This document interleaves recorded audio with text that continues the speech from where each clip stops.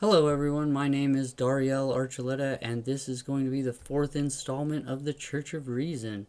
So for this installment we're going to be talking about a man named Nostradamus, who is a person who had a lot of alleged prophecies that may or may not be true, okay? And we're going to investigate them and we're going to make a decision for ourselves whether or not these are true prophecies or not, okay? Now, the first one that I want to cover is to do with the COVID pandemic, and I've got two different quatrains for you, and we're going to see which one seems more like the actual event. Okay, so we'll just read them both, and you can decide for yourself which one sounds like it's more accurate to what happened. Okay. Now the first one here is There will be a twin year from which will arise a queen who will come from the east and who will spread a plague in the darkness of night on the country with 7 hills and will transform the twilight of men into dust to destroy and ruin the world. It will be the end of the world economy as you know it. so. What do you think about that one? Okay, you know, in your own mind, pick which one of these you think is better fitting. Okay, and we'll talk about them both. Okay, so the next one here is Before long, all will be set in order. We will expect a very sinister century. The state of the masked and solitary ones much changed. Few will be found who want to be in their place. okay. So, uh, now that you've heard them both, go ahead and think about it. Think about which one is is more accurate. Okay, and then we're gonna talk about uh, which one is real and which one is fake. Okay, now if you picked the first one, okay, that's a fake one. That one didn't happen. Okay, this quatrain, and I'll read it again for you. There will be a twin year from which will arise a queen who will come from the east and who will spread a plague in the darkness of night on a country with 7 hills, and will transform the twilight of men into dust to destroy and ruin the world. It will be the end of the world economy as you know it. Okay, that is not a real quatrain and was not in the prophecies. Okay, someone wrote this after the COVID crisis and put it on the internet so that people would find it and think that somebody that Nostradamus predicted COVID, right? Now the other one, we're gonna go back up to it, is from the prophecies. This is Century 2. This is Quatrain 10, so you can look this up, and we'll read it again. It says, before long, all will be set in order. We will expect a very sinister century. The state of the masked and solitary ones much changed. Few will be found who want to be in their place. Okay, so let's just take the quatrain line for line and we're just gonna analyze it as we go, okay? So it says in the first line, all will be set in order. Now, what is this talking about? Well, how long did the COVID event actually happen? Okay, only 2 years, 2 maybe 3 years, okay? And it's steadily dying off, right? Before long, all will be set in order. Everything's pretty much back to the way it was, right? Okay, the next one says, we will expect a very sinister century. Now, how many people during the COVID crisis expected a sinister century? How many people thought that the COVID virus was a man-made virus that was being set loose on the earth to kill everybody, right? How many people thought that? Lots of people. Okay, how many people thought that the vaccines were some sort of sinister plot to affect everybody, that there was going to be tracking devices, or some people are saying that it makes people magnetic, or it's got some sort of microbial robots, or the theories abound, right? So, did people expect that there was a sinister century? Yes. Okay. The state of the masked and solitary ones much changed. How many people were drastically changed by having to wear the masks, having to stay indoors, having to change their entire lifestyle because of the virus, right? Everybody, right? Everybody had to, follow the rules and everything, right? So, were the masked and solitary ones much changed? Yeah, they were much changed. Okay, the final line is few will be found who want to be in their place. How many people didn't want to be in their place? How many people didn't want to follow the rules? Didn't want to wear the masks? Didn't want the vaccine, right? How many people didn't want those things? Tons of people, almost everybody, right? So, here we've got a quatrain that pretty much is about the virus, okay? And we can look at it, and it's hard to look at this quatrain once you see it and see something else, okay? Could it pertain to another event in history? I don't see one, you know? Now, some people might say, well, what about the Spanish flu? There was a lot of, masked people during the Spanish flu. But here's the thing to think about, okay? Were those masked people? Were they, solitary ones? Were they people being told to stay in their homes all the time? No. Okay, how that worked back in the Spanish flu days, what they would do is they would find all the people who had the Spanish flu and they would isolate those people. They would quarantine the people who were afflicted, okay? They weren't quarantining everybody. This was the first time in history that people were told you stay inside, you don't go outside, you wear the masks all the time. You know, when everybody self quarantined, that was the first time that ever happened, okay? Now, what else is there? The Spanish flu was just not the same kind of a virus as the COVID, okay? And the world did not respond in the same way that they did with the COVID virus, okay? So, and you can look at other pandemics, you can look at other things. What else could this mean? Well, there's not that much that it can mean, and that's one of the things that I want to talk about with this video is that a lot of people, look at the skeptics of Nostradamus will look at the quatrains and they go, well, that could pretty much mean anything. Why should we take this to heart when, these are ambiguous, lines that, no one knows what they mean, right? Well, this one here seems pretty straightforward, okay? And there's not a lot of other things that it could mean.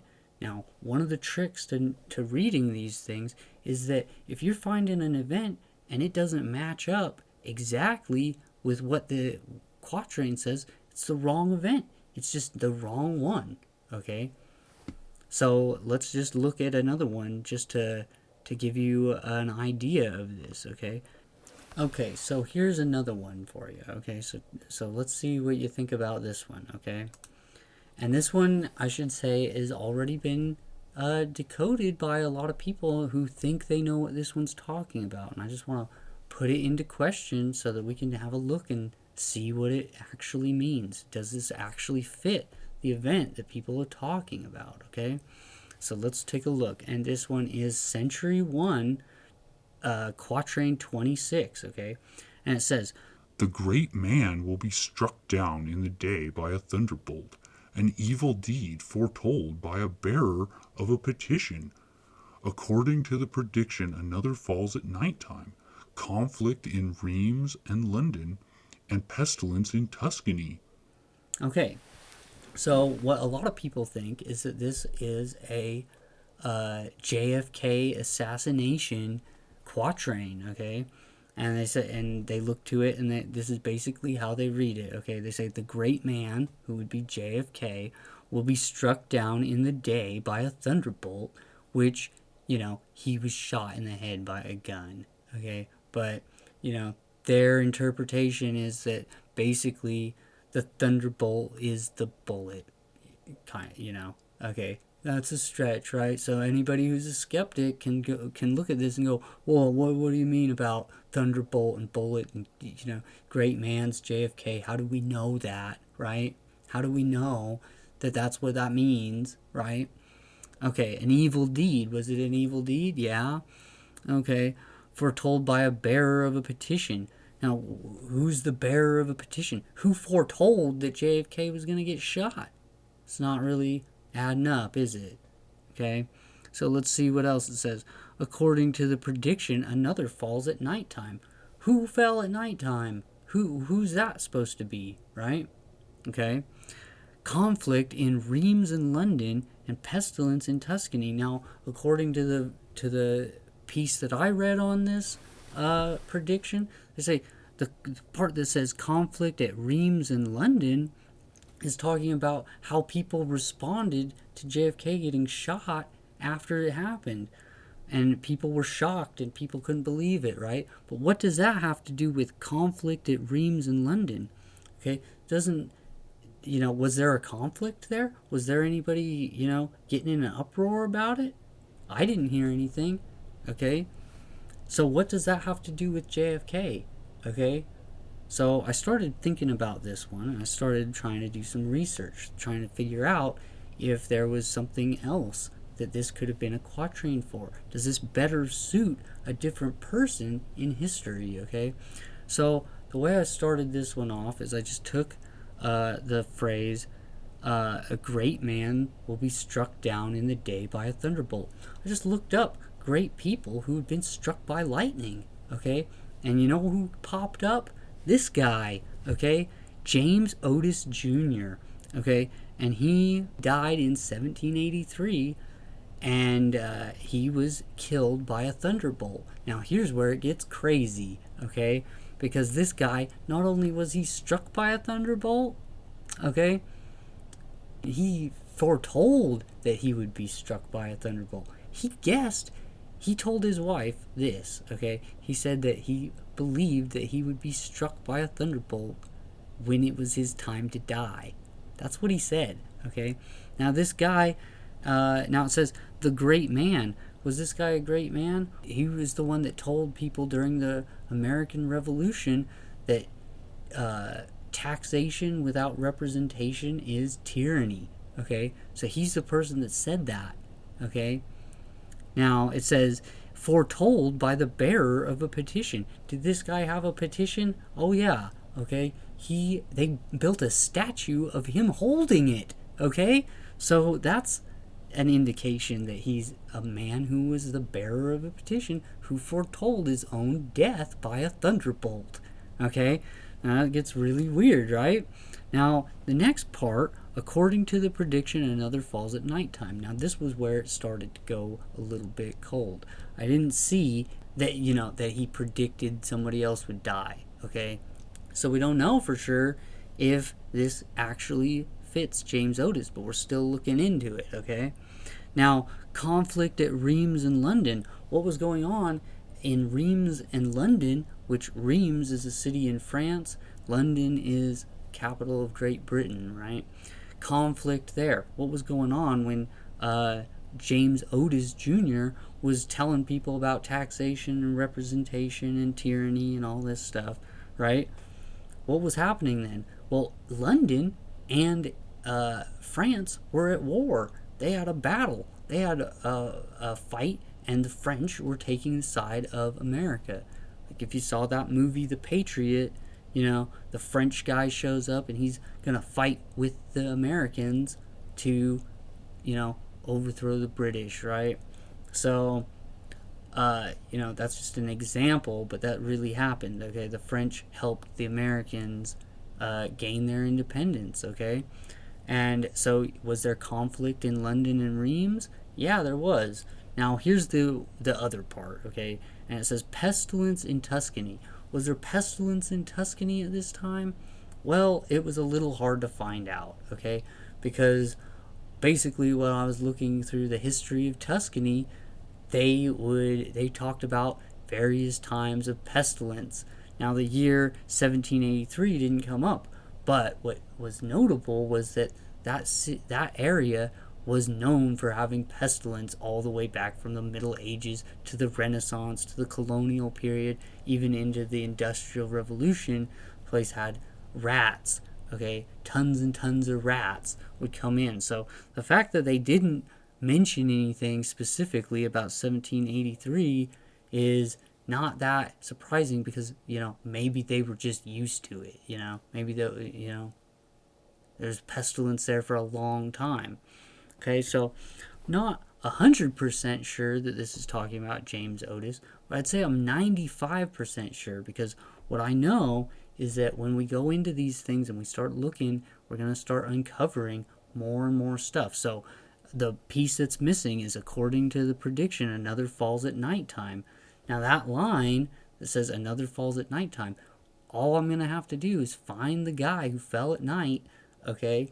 And we're going to know if that is him or not, okay? If this is a prediction about James Otis or not, okay? Now, I also just want to take a moment here and just talk about James Otis a little bit. It's crazy that he predicted his own death by lightning. I mean, like, what are the odds that that happened, okay? Like, I mean, it's like so hard to be struck by lightning. Like, it's like 1 in like 100,000, or it's like 300,000. I don't even know what the number is, okay? But it's rare, okay? People hardly get struck, okay? And and this guy wasn't somebody like crazy old Ben Franklin who's running around with a kite in a storm, okay? This guy wasn't begging to get struck. He just got struck. The guy was basically like standing on his front porch looking out, at the rain, and all of a sudden, boom, he's dead, okay? That's what happened. So, this one was extremely compelling to me. And it's one of those ones that really drives home the idea that, these quatrains actually do fit a person, and they fit, real specifically. Now, it's hard to find some things on James Otis. It's what slowed the process down quite a bit, because it turns out this guy was a little bit loony in his later years, and he burned a whole bunch of his documents and things, so it's a little hard to know what all happened with this guy. But I'd say that this is a much better fit, okay, than the JFK assassination, right? And there's other quatrains that pertain to JFK. Maybe we'll get into those. I don't really want to, though, okay, because it's kind of annoying. I don't like the JFK mystery of, all that stuff. It's it's just gonna make me mad, so we're probably just gonna leave it. Okay, so let's start another one, okay? Maybe the James Otis, quatrain wasn't compelling enough for you, so maybe let's just move on, right? Okay, so this one comes from Century 1. It's Quatrain 72, and it reads, "The inhabitants of Marseille completely changed, fleeing and pursued as far as Lyons. Narbonne, Toulouse, angered by Bordeaux. The killed and captive are almost 1,000,000. Now, I didn't know a lot about these cities, and forgive me, any French people who are listening to me botch up the names of your cities, but I started doing some research on them and found out some very interesting things. Now, the one that I started with was Marseille, and I just want to take a moment and say that Marseille is an awesome city, and I was really impressed with the structure and layout and the whole history of the city, okay? So let's talk a little bit about the history of it. So this city was founded by ancient Greek people back in the days of ancient Greece, in the classical period, okay? This is in the days of Athens and Sparta, like the 300 and, Peloponnesian War and all that kind of thing, okay? So somebody from Greece went and landed in Marseille, and they thought it was a good place to build a port city there, and turns out they were right, because it endured the entire time as a port city. And later on, the Romans came in and they took it over, and they liked it, and they decided to amp it up. So they started putting in these ancient walls, these Roman fortifications around the city. Okay, now the city stayed loyal to Rome through the entire time of the Roman collapse. When the Romans started to fall apart, these guys stayed loyal the entire time until it finally collapsed. Now, after it did collapse, they became an independent city state, and they were a lot like the papal states of Italy. Okay, before Italy was a nation, it was a bunch of different individual cities that basically were self-governed, and they followed the Pope. Okay, they were united in religion. They had their own armies, their own kings, their own governors, and everybody was running their own system. Okay,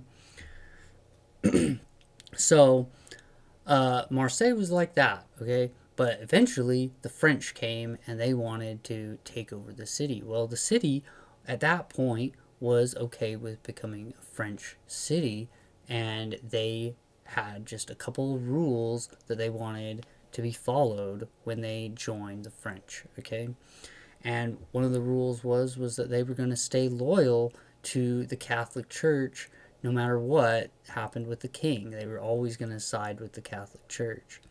Okay, that was one of the conditions. The other was that they were going to be a self-governed country, and so that the rules and laws that were handed down by the king wouldn't apply to their city. They were going to have their own government there, basically.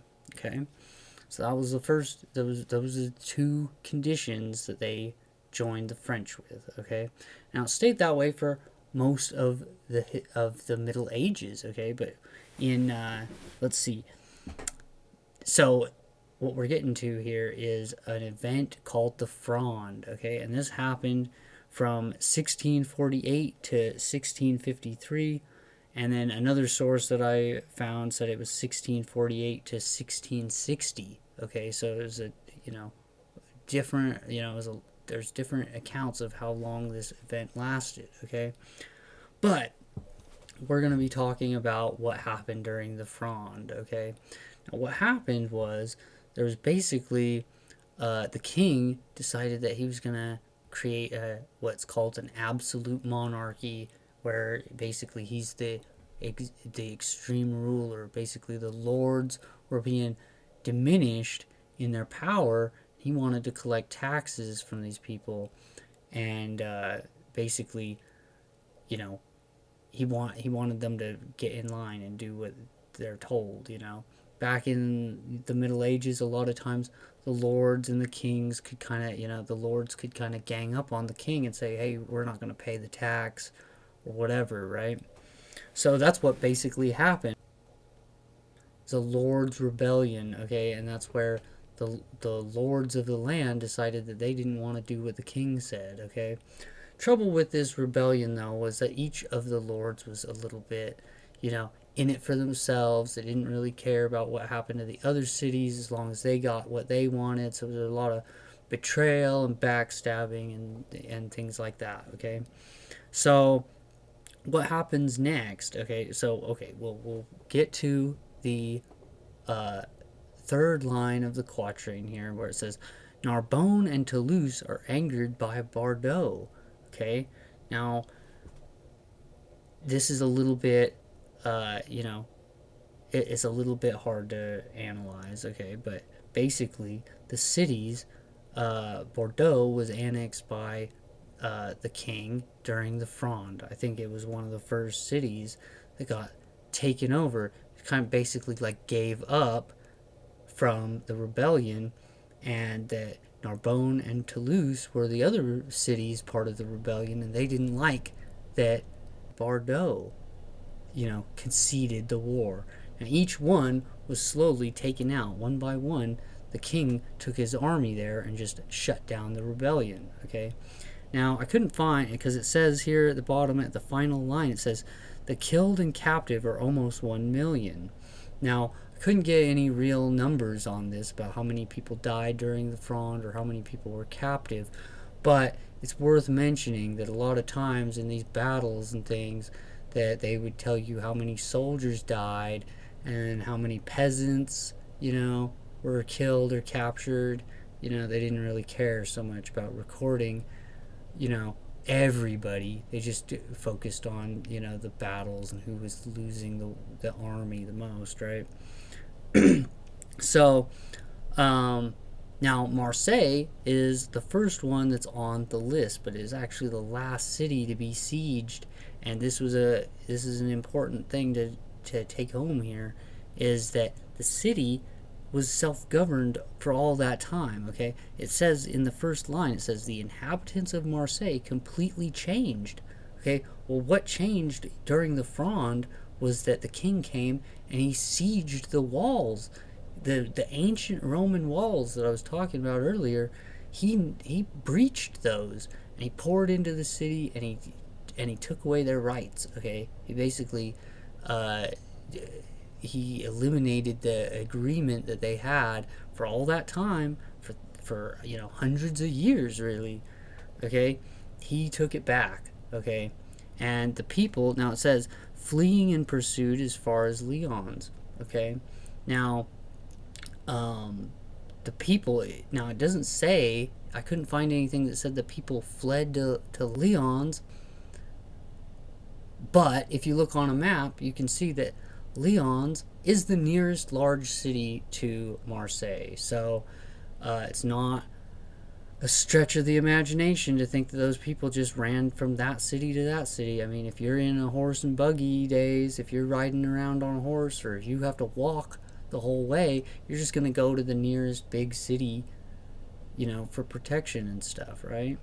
So this one's the Fronde. Now, again, we can talk about, the ambiguity that's, caught up in these quatrains, that people say, you know, couldn't that mean anything? Couldn't it, couldn't these just be anything at all? Like, was there some other time that Marseille was completely changed? Well, the thing is that I've been looking and I haven't found anything that fits that description. Okay, except this one event is the only one that fits that particular quatrain. Okay, so what you're gonna find with these, the more you look at them, is that the events that are talked about in the quatrain really do pertain to one event, and they're not just something random that you can apply it to whatever you want. Okay, I'm not trying to make these things fit. Okay, I didn't even know about the Fronde until I started looking up the city of Marseille. Okay, so let's do another one. Now, this one here, we're picking it, and this one was a good one to pick because it was one of the few quatrains that actually had the year in it. Okay, and I want to show this one to kind of demonstrate how how the years in these things kind of work out. Okay, just because the year's there doesn't mean that the entire prediction is about that one year. Okay, so let's just read it, and we'll investigate. Okay, to give you reference, this is century 8, quatrain 71. Okay, and it says, The number of astrologers will grow so great that they will be driven out, banned, and their books censored in the year 1607 by sacred assemblies, so that none will be safe from the holy ones. okay, now what this is talking about is obviously 1607, right? Now it says the number of astrologers will grow so great. Was there a lot of astrologers in 1607? Yes.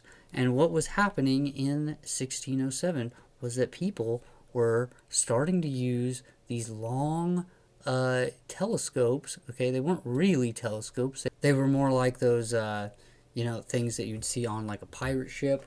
Those long things, and they would use those to look at the stars and kind of get a better idea of tracking them, doing astrology. They were also branching out and starting to do astronomy. Okay, and this is the time period of Galileo. This is the time where he was starting to look at stars, planets, starting to come up with the heliocentric model and observing the Galilean moon. Some of the coolest things in the solar system, in my opinion, are the Galilean moons that he discovered. So, And this happened, let's see, so he proposed the heliocentric model, okay, in 1609, which is 60, that's only 2 years from this date, okay. And let's remember that this quatrain is not pertaining specifically to Galileo. This is talking about the number of astrologers, okay. It's talking about how many astrologers are going to be on the planet at that time. There was an extreme amount of them because optics was growing, okay. We're getting better and better looking glasses to look at these things, and it was in the very next year, 1608, that they invented the telescope. And this was the refractory telescope. They used the double lens system and all that stuff. So that is what this is talking about clearly, okay. It's talking about the revolution of people starting to transition from astrologers to astronomers. And you got to remember that at this time, those two things were really the same thing, okay. And people practicing astronomy were being persecuted for their discoveries in astrology, okay. It was the same thing back then, okay. People didn't see a difference between doing scientific research on these things and doing things like Nostradamus was doing, which was astrology. Okay, now, while we're on the subject of this time period, we might as well talk about Galileo. Galileo had found the Galilean moons, and he had discovered that they moved around the planet. They went around Jupiter. He observed them orbiting that planet and speculated that the Earth was the planet that moved around the sun the same way as those moved around that planet. Okay, and this got him into some trouble with the Catholic Church, who came to him and basically told him that he couldn't tell people that, and that they tried to suppress the information, and he's brought before a court and everything, and it follows in this quatrain where it says that they will be driven out, banned, and their books censored in the year of 1607 by sacred assemblies, so that none will be safe from the holy ones. The holy ones are the Catholic Church, who didn't want people to be looking through telescopes and telling them that the nature of outer space and how things went, okay. And so here we have a quatrain that gives you the year, but it's around that whole year that we're really talking about the people and the astrologers and the things that were happening. No doubt, in 1607, there was more astrologers than ever, okay? There's more astrologers because there's more people that were readily available to getting the telescopes and the optics that they wanted to use back then, okay? And so astrology was becoming a more accurate process, and astronomy was becoming a new thing. This was a new time period. So he's giving a very specific date, and he's giving the events surrounding this thing. Okay, so take of it what you will. Okay, so let's take it to the next level. Let's see what you think about this one. Okay, says this is quatrain, or let's see, this is century 1, quatrain 63. Okay, and it says here, pestilence extinguished, the world becomes smaller. For a long time the land will be inhabited peacefully. People will travel safely through the sky, land, and sea. Then wars will start up again. Now, take a look at this one. It's not hard to see that, okay, it says, pestilence extinguished, the world becomes smaller. Now, this part here that says the world becomes smaller was kind of the lead-in, okay, again. And I think this one was actually predicted by other, this one was analyzed by other people other than me. They came to the same conclusion that I did, okay? But the world becomes smaller is a reference to, the advent of human flight and the building of bigger and bigger airplanes, okay? So the world became smaller. There was globalization was happening. It says, for a long time, the land will be inhabited peacefully, and after the time of World War I, which at the time they called it the Great War, and most people were under the impression that that was the last war of humanity, that we would never have a global conflict again.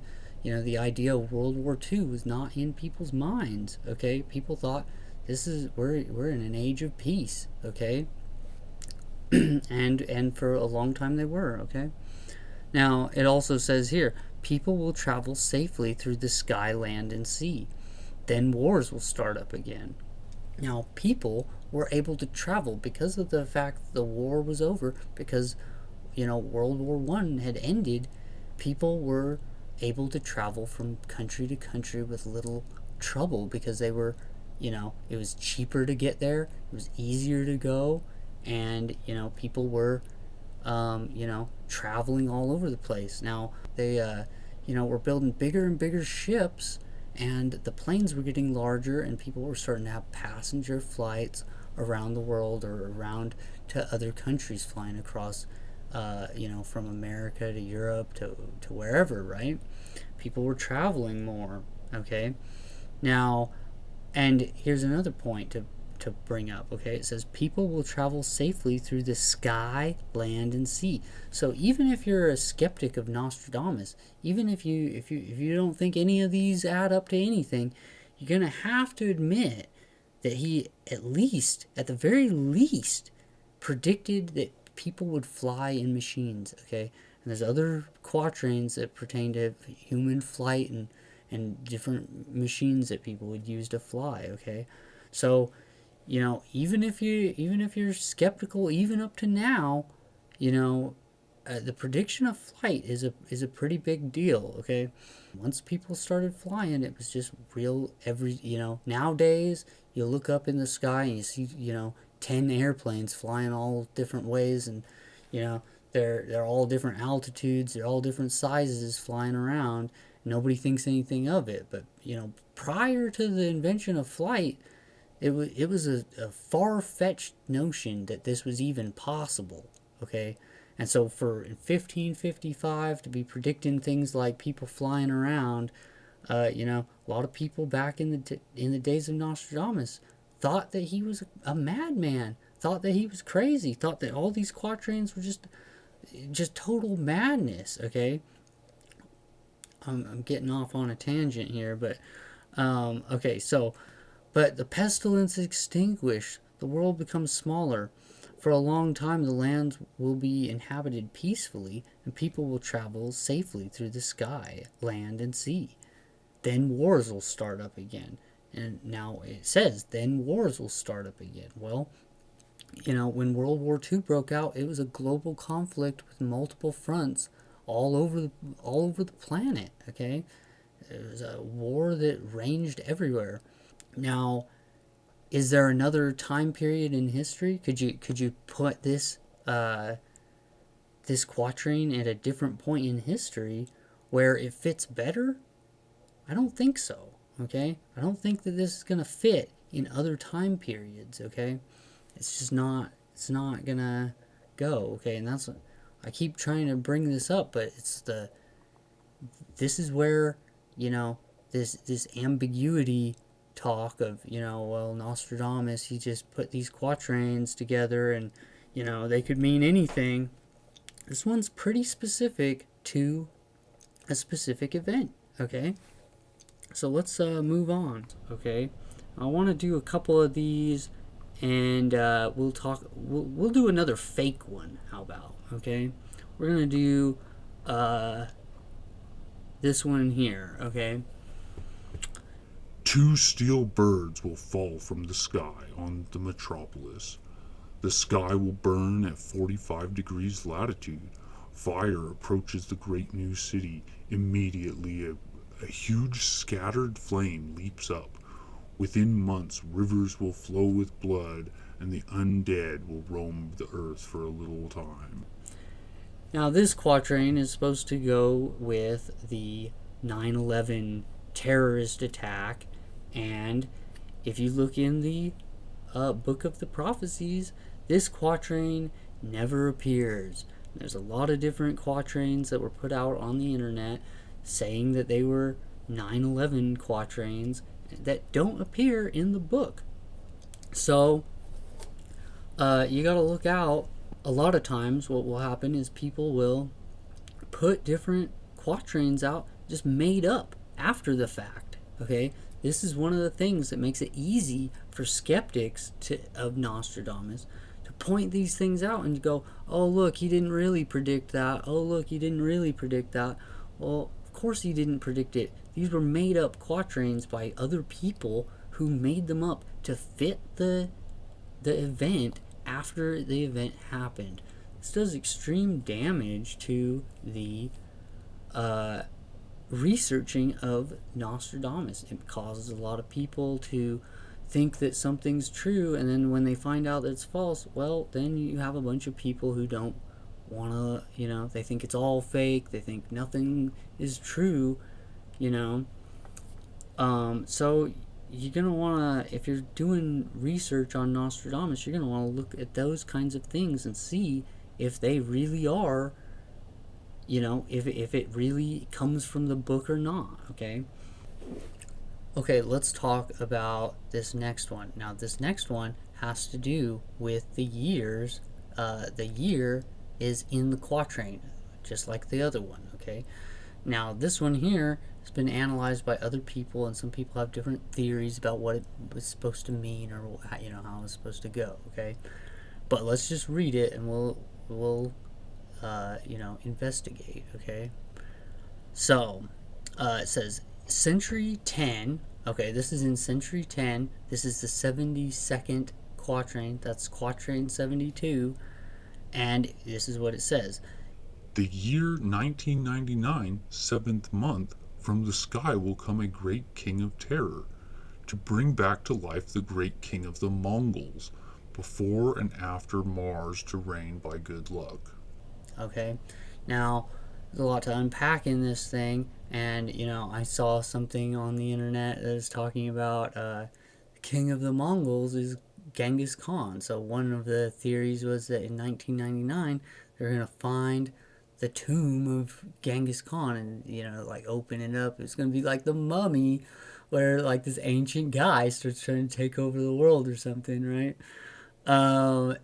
No, okay. So what happens in Nostradamus is, and you'll see it in other quatrains, is that he will take a past figure from history and attribute that person to a modern person that is happening later in time, okay? It's different ones, okay? And anyway, but this one is talking about the king of the Mongols, which is Genghis Khan. Now he's likening a person in our time to Genghis Khan, okay, in 1999. Now what happened in 1999 is in China, okay, this guy came to power, Xi Jinping, okay? This guy is the leader of China now. Now in 1999 he came into power, okay, and he's been there ever since. Now what he's talking about is, in the year 1999 he gives us the date that this guy's coming into power, but this prediction actually pertains to this guy's entire lifetime, okay? So we're actually now looking at something that will have to do with our future, okay, which is a little bit crazy, okay? But so this one should strike a chord, okay?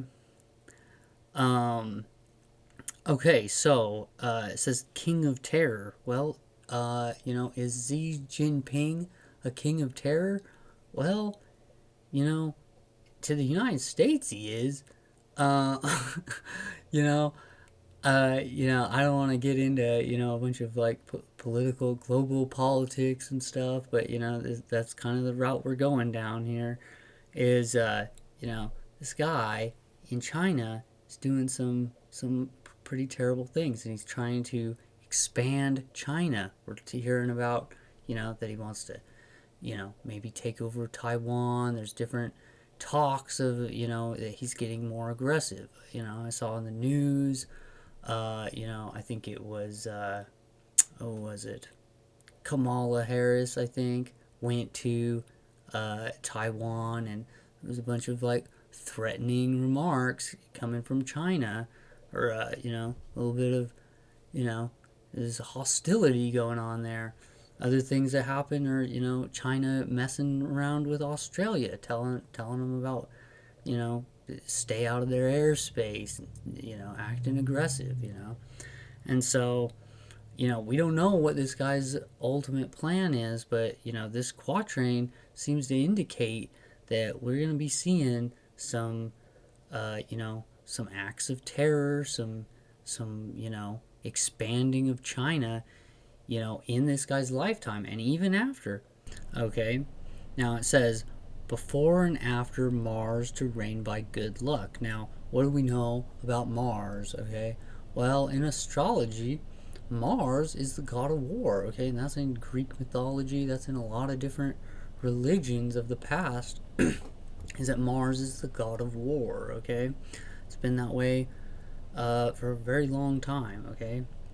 So it says, before and after Mars to reign by good luck. This is referring to good luck in combat, okay? It's talking about people that they're going to be lucky in war.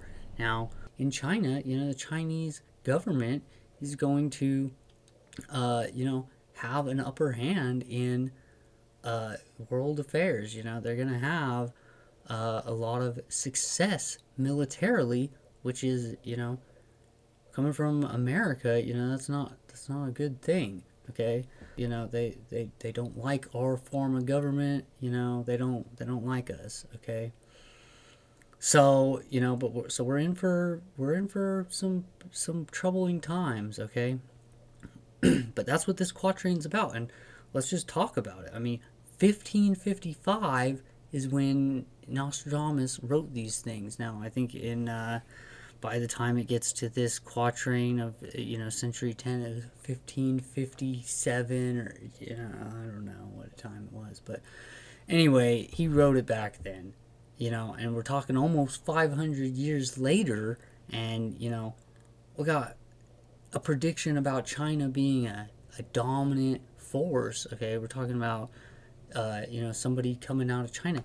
How would he know that? Okay, I mean, it's one thing to for modern people to look at China and go, wow, they're becoming a world power, right? But 1555 people, how did he know this if it wasn't some sort of a prophecy? If he didn't have some sort of skill in looking in the future, okay? I mean, how would he know? How would he know? Okay. Now, well, I think that pretty much covers it. And I don't want to talk too much about, things that are, unsettling to people. Okay, but, the thing I'd like people to think about the most is, China is kind of becoming a problem in global affairs, and there's all this stuff with Russia, I mean, it makes you wonder who's pulling the strings. Is Russia invading Ukraine because they want to, or are they kind of being told that they need to go invade Ukraine? Or is China pushing their buttons, telling them to do it? Okay, we don't know. Okay, but I have suspicions that the true mastermind behind some of these things that are going on is Xi Jinping. And this quatrain is pretty unsettling if you take into account that, he came into power in 1999, and, here we are. Okay? Now, let's just leave it at that, okay?